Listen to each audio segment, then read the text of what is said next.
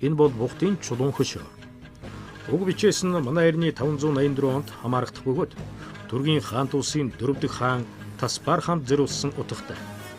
Уг бичээс нь яст мэлхийн суурин дээр 47 см өндөртэй, 198 см өндөртэй, чон титвтэй хөшөө хэлбэртэй.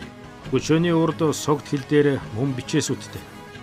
Бухтын хөшөөний брахми бичээсийг тайлах судалгааны ажлыг Оросын судлаач Вовин Холбооны бүгд найрамд Крим улсын эрдэмтэнтэй хийсэн байна.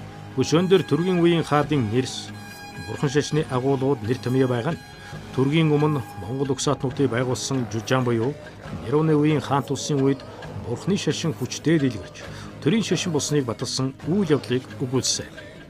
Хамгийн чухал нь Түрк хэлнээс өмнө монгол хэл өргөн хэрэглэгдэж байсныг энэ хөшөө баталж байгаагаараа бас үнцэнтэй.